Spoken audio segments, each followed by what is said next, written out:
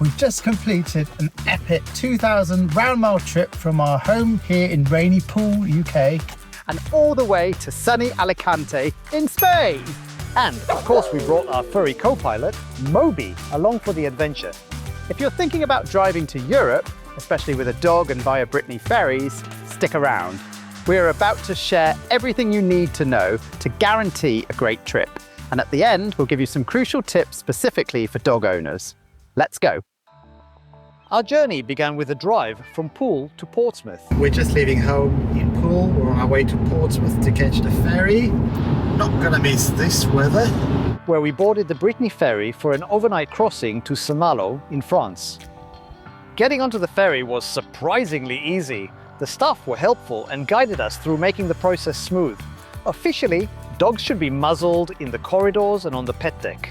Quite honestly, the short trips between the car and the cabin weren't stressful at all, but you can ask your vet for trazodone to take off the edge and help them chill. Rabies.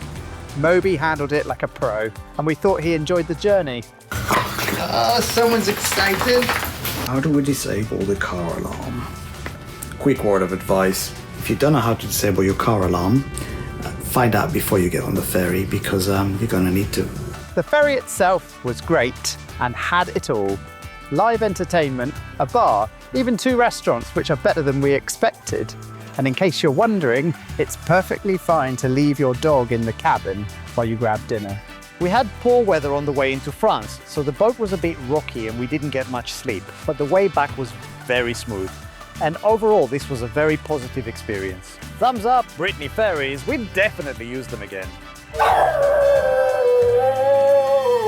In the morning, we were called back to our car, and after a quick passport check, we were off onto the French roads. And we're in France. Bonjour, bonjour. Bonsoir. We highly recommend breaking up the drive. We tried to do a 7.5-hour stint from St. Malo to San Sebastian in one day, which was a huge mistake. Adjusting to driving on the other side at up to 130 kilometers an hour, dealing with heavy torrential rain and a few navigational mishaps turned it into an 11-hour marathon. We were exhausted.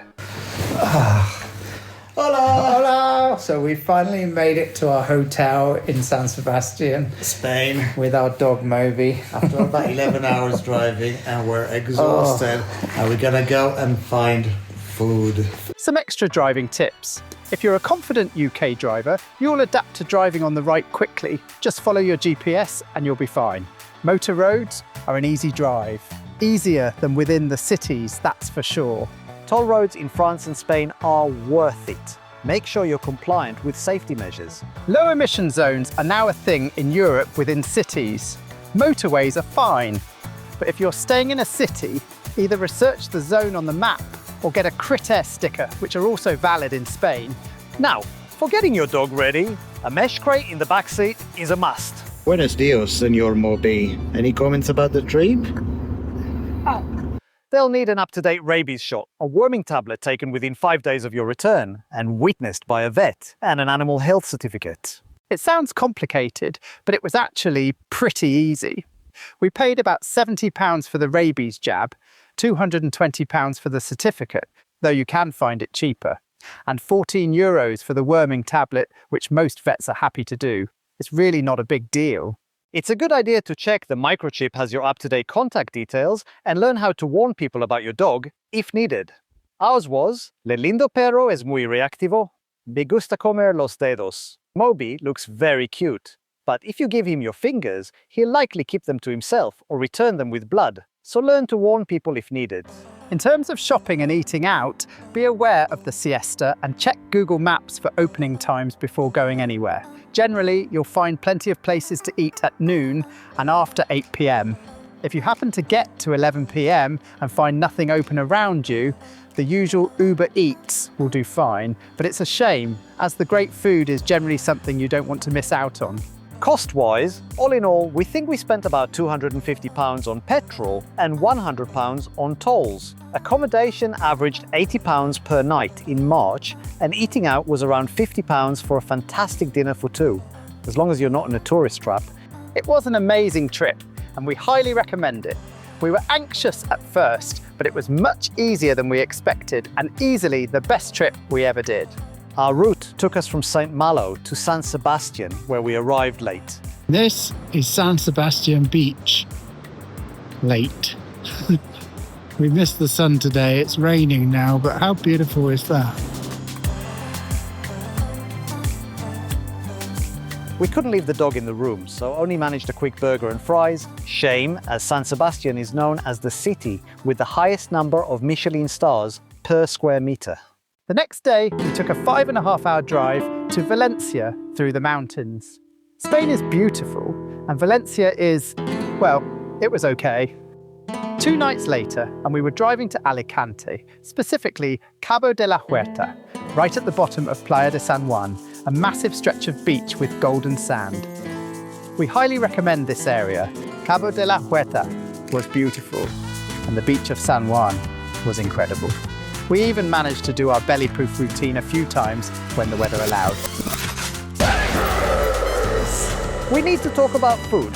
If you're a foodie, we recommend San Juan, and we especially like La Boya, Chicocaya, and La Barbacoa. But there are many great places. The atmosphere is electric, and the food is... The food is incredible, and you can always finish your dinner with a cheeky limoncello or upgrade to a pina colada. We carried on another week in El Campello at the other end of San Juan. It was less exciting, but still very nice.